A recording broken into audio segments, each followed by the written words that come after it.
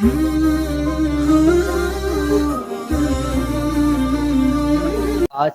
جس موضوع پر ہم گفتگو سننے اور کرنے کی سعادت حاصل کر رہے ہیں، یہ بڑی ہی نفیس گفتگو ہے۔ میں چاہوں گا کہ آپ تمام لوگ بڑی توجہ کے ساتھ بیٹھیں، نہ جانے کس کا بیٹھنا قبول ہو جائے اور اس مرتبہ کی حاضری نہ ہو سکی، ہو سکتا ہے اگر اللہ نے زندگی دی اگلے سال حج بیت اللہ کی سعادت حاصل ہو جائے۔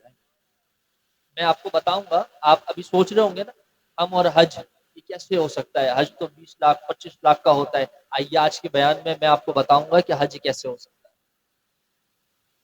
بہت سارے لوگ ایسے ہیں جو دنیا بھر میں سفر کرتے ہیں، بہت سارے لوگ آپ نے بھی دیکھے ہوں گے جو دنیا بھر میں سفر کرتے ہیں۔ ہر سفر کے لیے ضروری ہوتا ہے کہ آپ کے پاس کرنسی موجود ہو۔ ہر دنیا میں سفر کے لیے ضروری ہوتا ہے کہ آپ کے پاس پاسپورٹ، ویزا اور ٹکٹ موجود ہو۔ ہر سفر کے لیے ضروری ہوتا ہے کہ آپ کے پاس رخت سفر ضرور ہو، آپ کا سامان تیار ہو، آپ نے کتنے ٹائم کے لیے جانا ہے، وہاں کیا کرنا ہے، یہ سارا شیڈول موجود ہوتا ہے۔ یہ دنیا میں آپ جس ملک میں سفر کریں گے یہ اس ملک کے لیے ضروری ہے، ویزا، ٹکٹ، وہاں کے سارے جو بھی اس ملک کی معاملات ہیں وہ سب ضروری ہے۔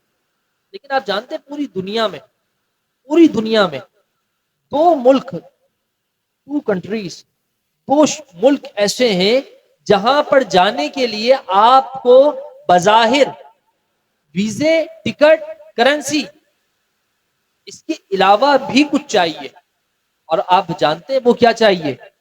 وہ چاہیے بلاوا۔ بلاوا، جس شخص کو وہاں سے بلاوا آ جائے اور اس کے پاس کچھ بھی نہ ہو، قسم خدائے رب ذوالجلال وہ اس مقام پر پہنچ جاتا ہے اور اس کے پاس سب کچھ موجود ہو لیکن بلاوا نہ ہو، وہ پھر جا سکتا نہیں۔ الحمدللہ حج کا مہینہ شروع ہو چکا ہے۔ خوش نصیب عاشقان رسول، خوش نصیب محبان اولیاء، خوش نصیب مسلمان ابھی گردے طواف کعبہ کر رہے ہوں گے۔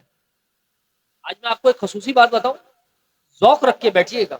آج بات ہے کعبہ مشرفہ کی، آج بات ہے حج کی، اور حج پوری جو حج ہے نا، حج کی جو پوری کانسیپٹ ہے، پوری کہانی ہے، میں کہتا ہوں یہ داستان محبت اور عشق ہے۔ سمجھ آ رہی ہے آپ کو؟ داستان محبت اور عشق اگر آپ نے دیکھنا ہے تو آپ حج کی ہسٹری کو اٹھا لیں، آپ کو پتا چلے گا کہ محبت کسے کہتے ہیں، عشق کسے کہتے ہیں، پیار کسے کہتے ہیں، داستان کیسے بنتی ہے۔ اللہ اکبر۔ اللہ عز و جل جب کسی کو حج کا پروانہ عطا فرماتا ہے، کتنے ہی خوش نصیب عشاقان رسول اور محبان اولیاء اور دنیا بھر سے عاشقان رسول حج کے لیے پہنچ چکے ہیں۔ حج کا مہینہ جاری ہے، ابھی سارے لوگ کعبے کی طرف ہوں گے اور ایک جم غفیر لگا ہوگا، لاکھوں لوگ، ہر سٹی، ہر کنٹری کا شخص وہاں موجود ہوگا، ہر ملک کا شخص وہاں موجود ہوگا۔ آپ نے حبشی دیکھنے، کالے دیکھنے وہاں موجود ہوں گے، ہر رنگ کے لوگ موجود ہوں گے، ہر نسل کے لوگ موجود ہوں گے، ہر مسلمان وہاں پر پہنچا ہوا ہوگا، جس کا بلاوا آیا ہوا ہوگا وہ گرد طواف کعبہ کر رہا ہوگا۔ اور اب ایام عرفہ کی تیاری چل رہی ہوگی اور حاجیوں کی لب پر صرف ایک صدا ہوگی اور وہ ہوگی لبیک لبیک لبیک۔ وہ چلتے پھرتے، اٹھتے بیٹھتے، کھاتے پیتے، سوتے جاگتے ایک ہی صدا لگا رہے ہوں گے، اور وہ صدا ہوگی لبیک اللہم لبیک لبیک لا شریک لک لبیک ان الحمد والنعمت لک والملک لا شریک لک۔ جیسے ایک غلام اپنے آقا کی بارگاہ میں جاتا ہے، آقا آواز دے نا، مالک آواز دے فلاں غلام، تو غلام کہتے لبیک میں حاضر ہوں، لبیک میں حاضر ہوں۔ اللہ اکبر۔ اسی طرح جب رب نے کسی کو صدا لگائی اور وہ شخص پاکستان سے، انڈیا سے، برطانیہ سے، امریکہ سے، افریقہ سے، لندن سے، پیرس سے، ہر ملک سے جب وہ غلام رب کی بارگاہ میں پہنچ گیا، چونکہ صدا رب کی طرف سے تھی، بلاوا رب کی طرف سے تھا۔ اللہ اکبر۔ آج مہمان وہ ہے، میزبان رب کائنات ہے۔ اللہ اکبر۔ پھر وہ غلام کہتا ہے لبیک اے اللہ میں حاضر ہوں، لبیک اے مالک میں حاضر ہوں، لبیک اے میرے خدا میں حاضر ہوں۔ اللہ اکبر۔ اور صدائیں لگاتا رہتا ہے یہاں تک کہ یوم عرفہ تشریف لے آتا ہے۔ اور یوم عرفہ آپ جانتے ہیں کون سی رات ہوتی ہے؟ یہ وہ رات ہوتی ہے جب مسلمان اور حجاج، جب حاجی وقوف عرفہ کرتے ہیں، اور وقوف عرفہ یہ حج کا رکن اعظم ہے. اگر کسی نے وقوف عرفہ نہیں کیا تو اس کا حج ہوگا نہیں. اب امیر، کبیر، دولت مند، شہرت مند، عزت والا ہر شخص یوم عرفہ کی رات یہ کہاں گزارتا ہے؟ مزدلفہ میں گزارتا ہے. اللہ اکبر. کھلے آسمان کے نیچے مٹی میں خیمے لگے. اب ارب پتی بھی اسی مٹی پہ لیٹا ہے، اب خرب پتی بھی اسی مٹی پہ لیٹا ہے، اب غریب بھی اسی مٹی پہ لیٹا ہے. اللہ اکبر. ایک ہی صف میں سارے لوگ ہوتے ہیں. کوئی برانڈ کا سوٹ پہن کر نہیں جا سکتا. 5 دن ہوتے ہیں حج کے، 5 دن ہوتے ہیں. کتنے دن ہوتے ہیں؟ 5 دن ہوتے ہیں. یاد کر لیں، اللہ ہمیں یہ 5 دن نصیب فرما دے. زندگی میں یہ 5 دن نصیب ہو گئے نا، اللہ اکبر. حج اللہ تعالیٰ نے ہر اس شخص کے اوپر فرض کیا ہے جس کے پاس اللہ نے استطاعت دی ہے، مال و دولت دی ہے، اس کے اوپر حج فرض ہے زندگی میں ایک بار. اور ہمارے اور آپ کے پیارے آقا صلی اللہ علیہ وسلم نے بھی زندگی میں کتنے حج فرمائے؟ ایک حج فرمایا. ایک حج فرمایا، ایک بار حج فرمایا. اللہ، ایک بار حج فرض ہے، اور اس کے بعد اگر آپ کریں یہ نفل حج کہلائیں گے. اب اللہ تبارک و تعالیٰ کی بارگاہ میں جانے والا کروڑ پتی بھی ہے، ارب پتی بھی ہے، خرب پتی بھی ہے، اور غریب بھی موجود ہے. ایک شخص کا واقعہ مجھے یاد آیا. جب میری عمرے پہ حاضری ہوئی تھی تو ایک بھائی جو ہمارے ساتھ قافلے میں تھے تو وہ بتانے لگے کہ آفس کی طرف سے وہ مینیجر تھے اور ایک اچھی پوسٹ پر تھے، تو انہیں عمرے کا تحفہ دیا گیا کمپنی کی جانب سے. اچھے کاموں کی طرف، اچھے کام کرنے پر تحفے دیے جاتے ہیں نا، گفٹ دیے جاتے ہیں. تو اس امپلائر مینیجر کو تحفہ دیا گیا عمرے. تو وہ شخص کہتا ہے میں مینیجر تھا کمپنی کا.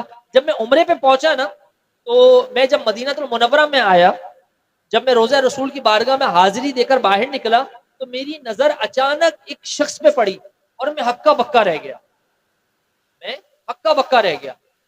وہ کہتے ہیں میں نے دیکھا کہ میرے آفس کا وہ لڑکا جو ڈسٹنگ کرتا تھا، صفائی کرتا تھا، چائے دیتا تھا اور اس طرح کے کام کرتا تھا، میں نے دیکھا کہ وہ شخص، وہ لڑکا، وہ جو ہمیں چائے دیا کرتا تھا، جو ہماری ٹیبلوں کو صاف کیا کرتا تھا، وہ شخص مدینہ المنورہ میں موجود. اب یہ جو مینیجر تھا، جو سیٹ تھا، اس نے اس لڑکے کو بلایا اور اس لڑکے سے پوچھا تم اور یہاں؟ کہ اس کی زندگی، اس کے ذہن میں تو ایک کانسیپٹ تھا نا، یہاں تو دولت والے آ سکتے ہیں، میرے پاس دولت ہے، میں مینیجر ہوں، میں اچھی پوسٹ پر ہوں، میں ادھر آ گیا. اب اس لڑکے کو دیکھ کر، جو صفائی کرنے والا تھا، اس کو دیکھ کر وہ شخص کہنے لگا تم اور یہاں؟ تو اس لڑکے نے بڑے ادب کے ساتھ اپنے سر کو جھکا لیا اور پھر جو اس نے جواب دیا نا وہ جواب سننے والا تھا. اللہ اکبر. وہ کہتے ہیں کہ اس لڑکے نے نظریں جھکا لی اور گنبد خضرا کی طرف ایسے اشارہ کر کے کہا یہ جو آقا آپ کے ہیں نا، یہ آقا میرے بھی ہیں. یہ جو آقا آپ کے ہیں یہ آقا میرے بھی ہیں. انہی آقا نے آپ کو بھی بلایا اور انہی آقا نے مجھے بھی بلا لیا ہے. اللہ اکبر. تو یہاں وہ شخص، وہ مینیجر کہتا ہے کہ میرا شرم سے سر جھک گیا اور میں نے پھر رسول کائنات صلی اللہ علیہ وسلم کی بارگاہ میں معافی مانگی، کیونکہ میرا ذہن تو یہ تھا کہ مدینے پیسے سے جایا جاتا ہے، لیکن جب میں نے اپنے سے اتنے کمتر انسان کو، جو بظاہر ٹیبل صاف کرنے کی ذمہ داری رکھتا تھا، اور وہ کہتے ہیں کہ میں کمپنی کی طرف سے آیا تھا اور وہ شخص اپنے خرچے پر آیا تھا، وہ غریب شخص اپنے خرچے پر آیا ہے اور میں امیر ہو کر میں کمپنی کی طرف سے آیا ہوں. اللہ اکبر. تو وہ کہنے لگے، گویا انہوں نے ایسی کہا ہوگا نا، کہاں کا منصب، کہاں کی دولت، قسم خدا کی یہ ہے حقیقت، جسے بلایا ہے مصطفیٰ نے بس وہی مدینے کو جا رہے ہیں. جسے بلایا مصطفیٰ نے بس وہی مدینے کو جا رہے ہیں. اب ہم میں سے اگر میں کسی کو ابھی کہوں کہ ہاتھ کھڑا کر کے بتائیں کس کس نے مدینے جانا ہے، تو شاید کوئی ہاتھ نیچے نہ رہے. ہر شخص کہے گا میں نے مدینے جانا ہے، ہر شخص کہے گا میں نے حج کرنا ہے، ہر شخص کہے گا میں نے عمرہ کرنا ہے. لیکن کیوں نہیں کر پاتے؟ کیوں نہیں بلاوا ہوتا؟ وجہ یہ ہے کہ ہمارے دلوں میں کھوٹ ہے، ہمارے دلوں میں چوری ہے، ہمارے دلوں میں وہ جستجو نہیں ہے. اللہ اکبر کبیرہ. حضرت ابراہیم بن ادھم رضی اللہ تعالیٰ عنہ، اللہ کے بہت بڑے ولی گزرے. آپ پیدل عمرے کے لیے، حج کے لیے تشریف لے گئے. تو آپ کا ایک معمول تھا، اور اللہ کے ولی ہے نا، ایک معمول تھا کہ آپ ایک قدم چلتے اور ایک سجدہ کرتے. پھر ایک قدم چلتے، پھر سجدہ کرتے. یہاں تک کہ روایتوں میں آیا کہ آپ نے 2.5 سال کا سفر کیا. کتنے سال کا؟ 2.5 سال کا سفر کیا، اور ایسے سفر کیا کہ ایک قدم چلتے اور ایک سجدہ کرتے. اور اس طرح 2.5 سال کا سفر کرنے کے بعد جب آپ بیت اللہ پہنچے تو وہاں اپنے ایک خاتون کو دیکھا. اس خاتون کے اوپر ایک رحمت، تجلی اور عنایتیں برس رہی تھی. اللہ والوں کی نظریں ہوتی ہیں نا، اللہ والوں نے اپنی نظر سے دیکھا. ابراہیم بن ادم کہتے ہیں کہ میں بیوی کے پاس گیا اور میں نے کہا اے بڑی بی، ذرا یہ تو بتا کہ تیری اوپر اتنی رحمتیں برس رہی ہیں، تیرے اوپر اتنی عنایتیں برس رہی ہیں، تیرے اوپر نور کی برسات ہو رہی ہے، اے بی بی یہ تو بتا تو نے کیا عمل کیا ہے. اب اس بیوی نے جو بات کی نا، یہ دل پہ لکھنے والی بات ہے. وہ کہتی ابراہیم تو سرے نیاز دے کر آیا ہے اور میں دل نیاز دے کر آئی ہوں. سمجھ آئی بات؟ وہ بھی ولیہ تھی. انہوں نے جب اس کے اوپر رحمت برستے دیکھی تو اس نے بھی ابراہیم کے اس عمل کو جانچ لیا اور کتنا پیارا جملہ دیا اور کہا ابراہیم تو سرے نیاز دے کر آیا ہے، یعنی تو نے ہر قدم پہ سجدہ کیا، سر دیا ہے، اور میں دل نیاز دے کر آئی ہوں. میں دل سے اس رب کو پکار کے اس رب کی بارگاہ میں پہنچی ہوں. تیرا مقام بھی اعلیٰ ہے، لیکن اللہ نے جو مجھے مقام دیا ہے وہ تجھ سے بھی اعلیٰ. اللہ کی بارگاہ میں سر نیاز سے زیادہ دل نیاز معنی رکھتا ہے. کہ تو سبحان اللہ. اب دیکھیں نا آپ لوگ، بہت سارے لوگ ہوتے ہیں نماز اکثر لوگ نماز پڑھتے ہیں، لیکن اگر پوچھا جائے کون دل سے نماز پڑھتا ہے، اب ہم اپنے اوپر غور کریں. ایک ہوتا ہے سر نیاز دینا اور ایک ہوتا ہے دل نیاز دینا. اب ہم اپنے اوپر غور کریں، نماز تو ہم سب پڑھ لیں، ہم سر نیاز سے نماز پڑھ لیں یا دل نیاز سے نماز پڑھ لیں. محفلوں میں بھی ہم آتے ہیں، بلاوا آ جاتا ہے، محفلوں میں بھی آ جاتے ہیں. اب محفلوں کے اندر سماعت کریں اور سوچیں کہ ہم سر نیاز سے بیٹھے ہیں یا دل نیاز سے بیٹھے ہیں. کسی کے بلاوے پہ بیٹھے ہیں یا دل سے بیٹھے ہیں. نعتیں سن رہے ہیں، بیان سن رہے ہیں، ذکر ہو رہا ہے، سبحان اللہ، مزہ دل میں آ رہا ہے یا نہیں آ رہا، کیف دل میں ہے یا نہیں ہے، سرور دل میں ہے یا نہیں ہے، عشق میں بلندی ہو رہی ہے یا نہیں ہو رہی، یا صرف سر نیاز دیتے ہوئے چلے جا رہے ہیں. علامہ اقبال رحمۃ اللہ تعالی علیہ فرماتے ہیں کہیں تیرے سجدے تجھی کو کافر نہ کر دیں، کہیں تیرے سجدے تجھی کو کافر نہ کر دیں. کیا بات ہے، عجب بات ہے نا. سجدے کافر، الگ الگ متضاد جملے. کہا کہیں تیرے سجدے تجھے ہی کافر نہ کر دے، تو جھکتا کہیں اور ہے، تو سوچتا کہیں اور ہے. تو جھکتا کہیں اور ہے اور تو سوچتا کہیں اور ہے. آج ہم اپنی نمازوں کا خیال کریں، ہم جھکتے کہیں اور ہے اور سوچ اس ٹائم پہ بھی کہاں چل رہی ہوتی ہے، کاروبار کے ساتھ چل رہا ہوگا، گھر میں فلانا کام ہے، یہاں جانا ہے، وہاں جانا ہے، بیٹھے محفل میں ہیں، باہر کی سوچ آ رہی ہوگی یار جلدی ختم ہو جانا ہے، نیند آ رہی ہے. روزانہ جاگے ہوئے ہوتے ہیں، محفل میں نیند آ رہی ہے، نماز میں ادھر بھی خارش ہو رہی ہے، ادھر بھی خارش ہو رہی ہے، ویسے بیٹھے، یعنی توجہ نہیں ہے نا، توجہ میں کمی ہے، توجہ میں کمی ہے. کہیں تیرے سجدے تجھی کو کافر نہ کر دیں، تو جھکتا کہیں اور ہے، تو سوچتا کہیں اور ہے. اللہ اکبر. جب بھی بیٹھے دل کو خشوع اور خضوع لے کر بیٹھے، پھر دیکھیں کیسا کرم ہوتا ہے.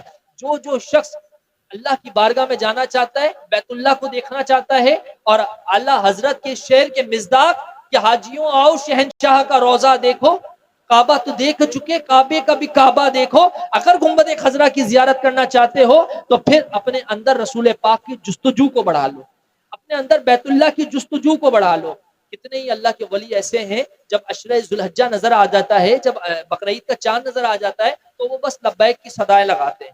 لبیک، یہاں کراچی سے بیٹھے لبیک کی صدائیں لگا رہے ہیں. اللہ اکبر. ایک شخص تھا، وہ بھی اللہ کے بہت بڑے ولی گزرے، انہوں نے تیاری کی حج کی. اب حج پہ جانے کے لیے جب تیاری کی انہوں نے تو بازار گئے بصرہ کے، تو وہاں دیکھا کہ ایک گدھا مرا پڑا ہے اور ایک عورت نے اپنی پوٹلی میں سے ایک خنجر نکالا اور اس گدھے کے گوشت کو کاٹا. اب جب اللہ کے ولی نے یہ بات دیکھی تو کہا کہ یہ گوشت حرام ہے، گدھے کا گوشت حرام ہے، کہیں یہ جا کے بیچ نہ دے. اس نیت کے وہ ان کے پیچھے پیچھے گئے اور دیکھا کہ وہ ایک بڑے سے دروازے میں چلے گئی، اندر دروازہ کھلا، دروازے کے اندر چلے گئی. اب یہ اللہ کے ولی کان لگا کر ماجرے کو سننے لگے تو اندر چند عورتیں اور تھیں اور وہ لڑکیاں تھیں. وہ اس عورت سے کہنے لگی جو گدھے کا گوشت لے کر آئی تھی تو اس کو کہنے لگی اماں ہم 5 دن سے بھوکے تھے, کیا کچھ کھانے کے لیے لائی ہو؟ تو ماں کہنے لگی ہاں لائی تو ہوں, لیکن گدھے کا گوشت لائی ہوں, گدھے کا گوشت لائی ہوں. کہا اے اماں ہم سید ہیں. اب لڑکیاں کہہ رہی ہیں ماں ہم سید ہیں, اور سیدوں پر تو ویسے بھی مانگے ہوئے مال کا کھانا حرام ہے, اور آپ مرا ہوا مال لے کے آ رہی ہو جو کہ حرام ہے, اور آپ گدھے کا گوشت لے کر آ رہی ہو جو کہ صد حرام ہے. تو ماں کہنے لگی بیٹا جب زندگی بچانے کے لیے کچھ نہ ہو نا, تو پھر یہ حرام مال کھانا بھی جائز ہو جاتا ہے. اب جو اللہ کے ولی جو حج کی تیاری کر رہے تھے, جو باہر انہوں نے یہ آواز سنی تو پھر رہا نہ گیا, پھر رہا نہ گیا, اور آپ فوراً گھر گئے, اور جتنا سرمایہ آپ نے حج کے لیے جمع کیا تھا اس کو آٹے کی پوٹلی میں ڈالا, اور آٹے کے اندر رکھ کر اسی دروازے پر پہنچے, اور دروازہ بجایا تو پوچھا کون؟ کہا دروازہ کھولیں. دروازہ کھولا تو کہا یہ آٹا میری طرف سے قبول کر لیں. اللہ اکبر. اس بخیاری ماں نے اس آٹے کو قبول کر لیا جس کے اندر اشرفیاں بھی تھیں, دینار بھی تھے, جتنے پیسے حج کے لیے تھے وہ سارے اس کے اندر تھے. اس عورت نے ایک دعا دی. یہ دعا جو ہوتی ہے نا بڑی کام کی ہوتی ہے. میں ڈوبنے لگتا ہوں سمندر اچھال دیتا ہے, میں ڈوبنے لگتا ہوں سمندر اچھال دیتا ہے, نہ جانے کون دعاؤں میں یاد رکھتا ہے. اب دعا لیا کریں, دعا لینے کی فضیلت اور ہے. اس عورت نے ایک دعا دی اور کہا یہ شخص تو نے آٹا دیا ہے, اللہ تجھے قیامت تک حج کروائے, اللہ تجھے قیامت تک حج کروائے. اب سارے پیسے تو چلے گئے, حج پہ جا نہ سکے, حج پہ جا نہ سکے. جب حج سے لوگ واپس آ رہے تھے نا تو وہ استقبال کے لیے چلے گئے کہ چلو حج نہیں کیا, بیت اللہ کو نہیں دیکھا, لیکن جس نے دیکھا ہے اس کی آنکھوں کو دیکھ لو. یہ بھی بات ہوتی ہے نا, مدینے سے کوئی آئے تو لازمی اس کے استقبال کے لیے جایا کرو, تازہ تازہ مدینہ دیکھ کر آیا ہے. اللہ اکبر. کہا بیت اللہ تو نہیں دیکھ سکا, چلو بیت اللہ والوں کی زیارت کروں. اللہ اکبر. جب پہنچے دریا کے کنارے, کشتی آ کے لگی, اب لوگ اترنے لگے, حاجی اترنے لگے, تو یہ سب سے ملنے لگے. تو وہ حاجی کہنے لگے آپ تو ایسے مل رہے ہو جیسے آپ ہمارا استقبال کر رہے ہو. تو وہ شخص کہنے لگے جی ہم آپ کا استقبال ہی کر رہے ہیں. کہا کیسی بات کر رہے ہو, آپ تو حج میں ہمارے ساتھ تھے, آپ تو حج میں ہمارے ساتھ تھے. اب وہ اللہ کے ولی بڑے پریشان ہونے لگے کہ میں تو حج پہ گیا ہی نہیں. تو ایک شخص آیا اور کہنے لگا حضرت آپ کہاں چلے گئے تھے؟ کہا کیوں کیا ہوا؟ کہا آپ اور میں جب کعبے کا طواف کر رہے تھے, آپ نے اپنے احرام میں سے ایک پوٹلی نکال کر مجھے دی تھی, میں اس پوٹلی کو لے کر ڈھونڈتا رہا آپ کو, آپ ملے نہیں, یہ لیں اپنی امانت سنبھالیں. اللہ اکبر. وہ کہتے ہیں میں نے تو کوئی پوٹلی دی نہیں, میں تو حج پہ گیا نہیں. اللہ اکبر. جب گھر آ کے وہ پوٹلی کھولتے ہیں تو دیکھتے ہیں جتنی سید کی مدد کی تھی اس سے ڈبل اس پوٹلی کے اندر موجود ہے. اللہ اکبر. اب بات سمجھ نہ آئی, اسی فکر میں سو گئے, آنکھ لگ گئی. اللہ اکبر. جیسے سر کی آنکھیں بند ہوئیں, دل کی آنکھیں کھل گئیں, مصطفیٰ جان رحمت کی زیارت نصیب ہو گئی. لبھائے مبارکہ کو جنبش ہوئے, رحمت کے پھول جھڑنے لگے. الفاظ کچھ یوں ترتیب پائے, اے ابراہیم بن ادھم رحمت اللہ تعالی علیہ, تو نے جس طرح میرے آل کی مدد کی ہے اور میرے آل نے جس طرح تجھے قیامت تک حج کی دعا دی ہے, اے ابراہیم اب تیری روح ہر سال حج کرتی رہے گی.